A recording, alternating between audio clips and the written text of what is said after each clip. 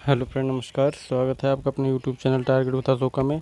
तो दोस्तों, आज की अपनी इस वीडियोज़ में हम अपनी इस पहली वीडियोज़ के माध्यम से आज हम आपके लिए टीजीटी पीजीटी हिंदी की क्लासेज स्टार्ट कर रहे हैं। तो आप सबको सबसे पहले हम बता दें कि हमारे इस चैनल के माध्यम से यूपी टीजीटी पीजीटी के लिए बहुत ही एक प्रकार से कहिए कि पूरा एक क्रम से वीडियोज़ आपको मिलेंगी, चाहे वो आदिकाल हो, चाहे वीर काल हो, चाहे भक्ति काल हो।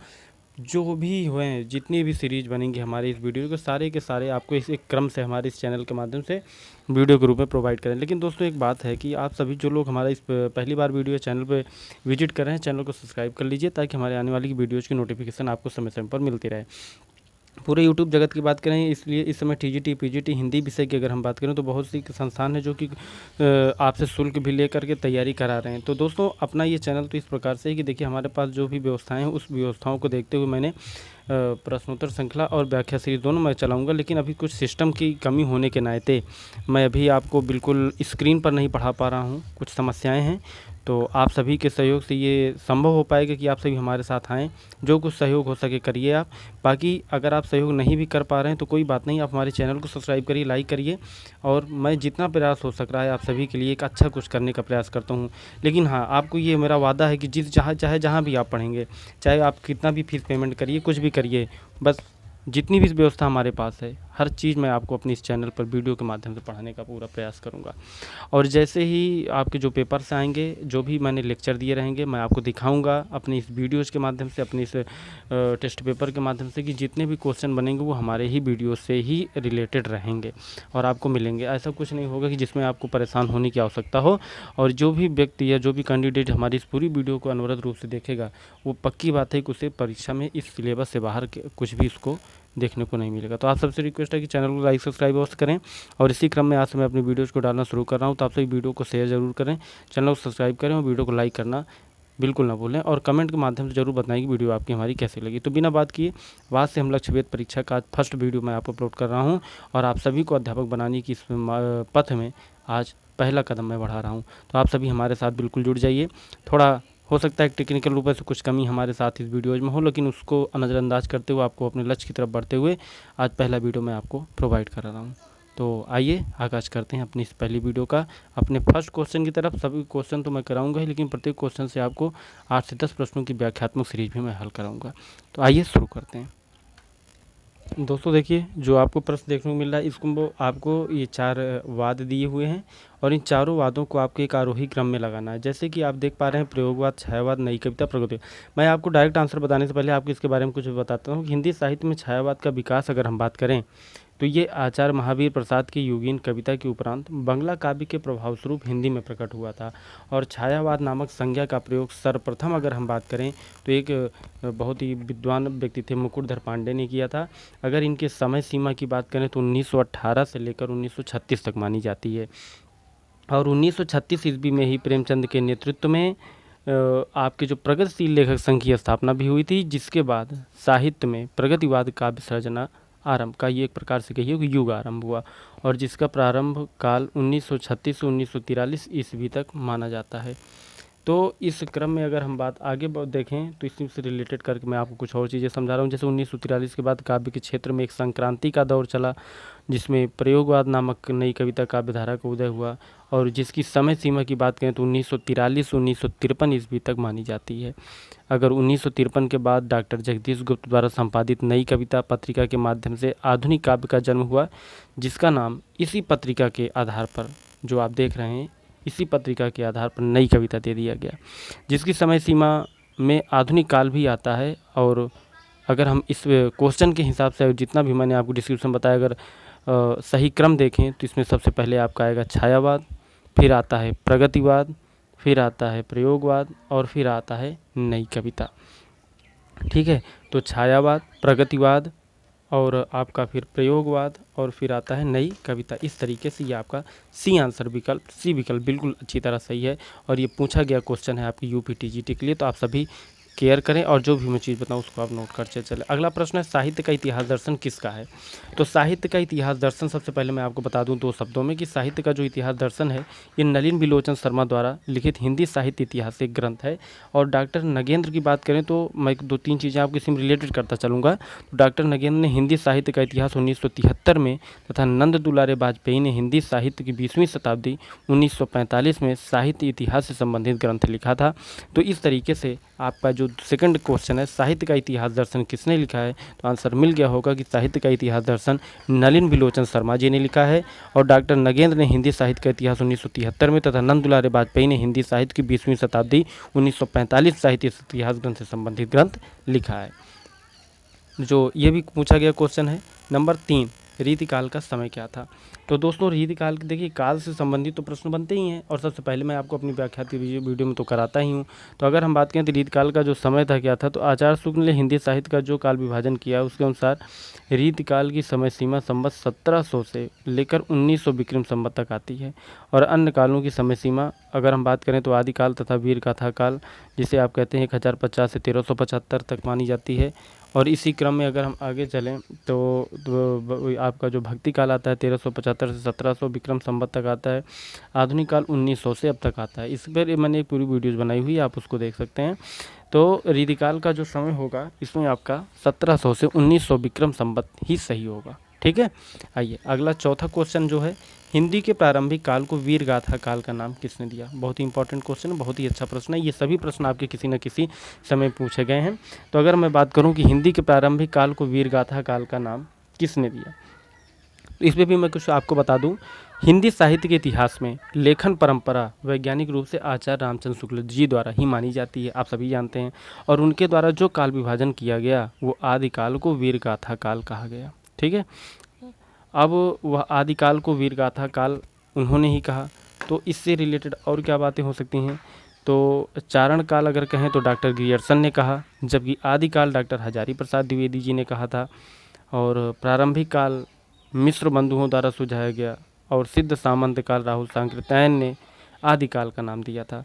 तथा चारण काल एवं बीजो वपन का काल जो था क्रमशः डॉक्टर राम कुमार वर्मा एवं आचार्य महावीर प्रसाद द्विवेदी ने किया था। तो इस तरीके से इस प्रश्न से रिलेटेड जो भी बन सकते हैं मैं आपको समझा रहा हूँ। आप वीडियो को 102 बार देखिए, आप नोट्स बनाइए और मैं बताता हूँ जितने भी प्रश्न मैं कराऊँगा पेपर में एक भी प्रश्न आउट नहीं जाएगा। ठीक है, तो हिंदी के प्रारंभिक काल को वीर गाथा काल का नाम किसने दिया? अब आपको बिल्कुल दिक्कत नहीं होनी चाहिए, आप बता सकते हैं कि आदिकाल को वीर गाथा काल रामचंद्र शुक्ल ने कहा था। ठीक है, आदिकाल को वीर गाथा काल किसने कहा? अब ये तो क्वेश्चन आप कर ही लेंगे कि आदिकाल को वीर गाथा काल किसने कहा। पृथ्वीराज रासो के रचयिता कौन है? पृथ्वीराज रासो के रचयिता अगर हम बात करें तो पृथ्वीराज रासो के रचयिता जो हैं चंद्रवरदाई हैं। कौन है? चंद्रवरदाई। बहुत ही पॉपुलर क्वेश्चन है। तो पृथ्वीराज रासो के रचयिता चंद्रवरदाई हैं। अमीर खुसरो ने अगर हम बात करें तो मुकरियाँ, पहेलियाँ, खालिक बरी और दो सूखने गज़ल की रचना की है। जगनिक ने परमाल रासो, ठीक है, आलाखंड 1230 में किया। और नरपत नाल ने बीसल देव रासो की रचना की। ठीक है, तो इस तरीके से 7वें प्रश्न की तरफ चलते हैं हम। अगला क्वेश्चन है खुमान रासो के रचयिता कौन है?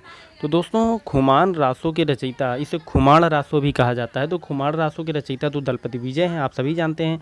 और जगनिक ने किसकी रचना की थी? परमाल रासो, आल्हाखंड जिसे कहते हैं आप। चंद्रवरदाई ने किसकी की थी? पृथ्वीराज रासो।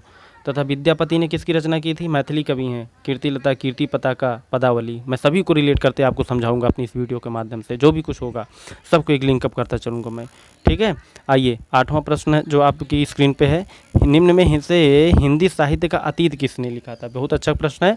तो हिंदी साहित्य का इतिहास संबंधी ग्रंथ जो है हिंदी साहित्य का अतीत 2 भाग में है और इसके लेखक जो हैं वो आचार्य विश्वनाथ प्रसाद मिश्र हैं। कौन है? आचार्य विश्वनाथ प्रसाद मिश्र जी हैं। यह है आपका हिंदी साहित्य का अतीत। जबकि हिंदी साहित्य का अगर आलोचनात्मक इतिहास आपसे अगर पूछेगा तो इस ग्रंथ के लेखक राम कुमार वर्मा हैं। और हिंदी काव्य धारा ग्रंथ पूछेगा तो आपको बताना है कि राहुल सांकृत्यायन जी हैं। ठीक है, तो कोई भी डाउट हो आप कमेंट बॉक्स में ज़रूर बताएं हमें। हो सकता है कुछ ह्यूमन एरर हो सकती है, लेकिन फिर भी अगर आप हमें कमेंट करेंगे तो उस पर मैं विशेष रूप से ध्यान दूंगा। आदिकाल को प्रारंभिक काल किसने दिया? आदिकाल को प्रारंभिक काल नाम किसने दिया? तो वो दिया था मिस्रबंधु ने। आप सभी जानते हैं कि आदिकाल को प्रारंभिक काल किसने दिया? मिस्रबंधु ने।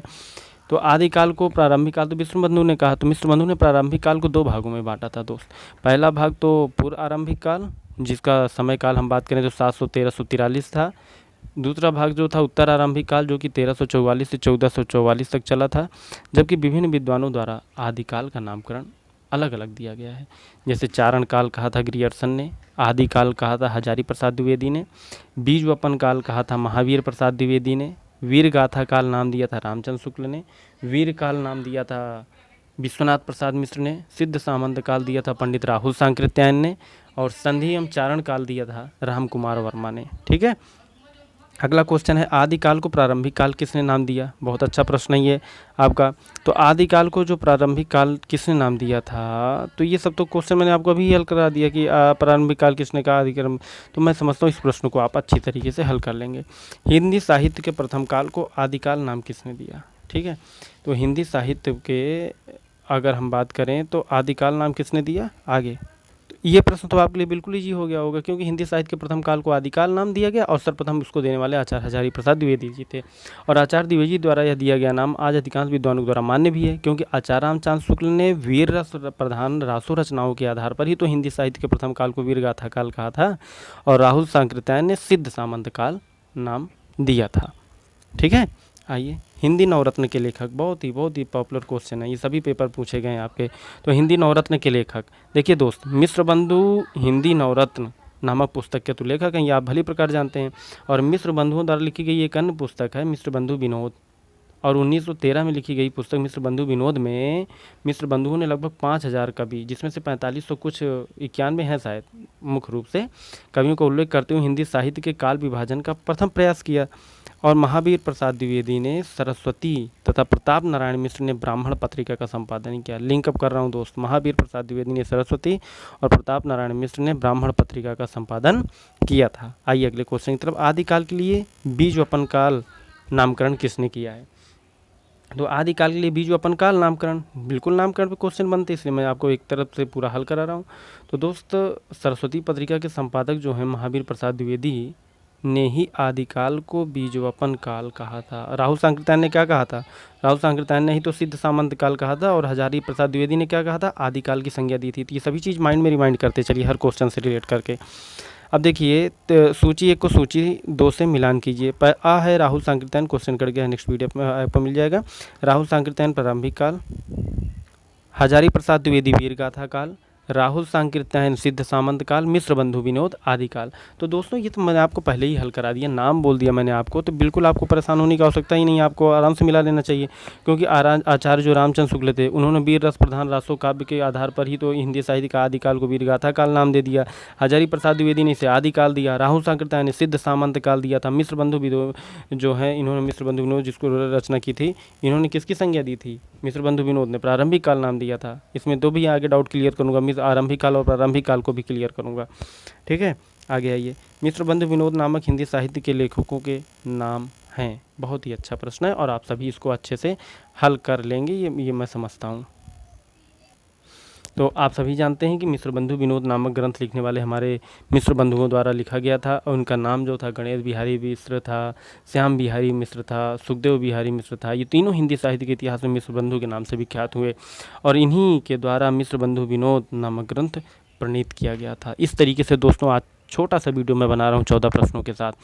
और मैं एक बात बता दूँ, एक एक काल से लेकर के जितने भी क्वेश्चन बन सकते हैं आपके पेपर में, बेहद डिस्क्रिप्शन के माध्यम से हल कराऊंगा। और वादा कर रहा हूँ आज अपने, भले ही हमारे पास बहुत अच्छी व्यवस्थाएं नहीं है आप सभी को पढ़ा पाने के लिए, लेकिन हाँ, जितना भी मैं पढ़ा रहा हूँ अगर पेपर से आउट चला गया तो चैनल को मैं बंद कर दूंगा। यूपी टीजीटी पीजीटी के लिए आपके लिए पूरा प्रयास कर रहा हूँ। आप सभी से बस इतना चाहिए कि चैनल पर सार्थक कमेंट करिए, जो सुधार चाहते हैं कमेंट करिए।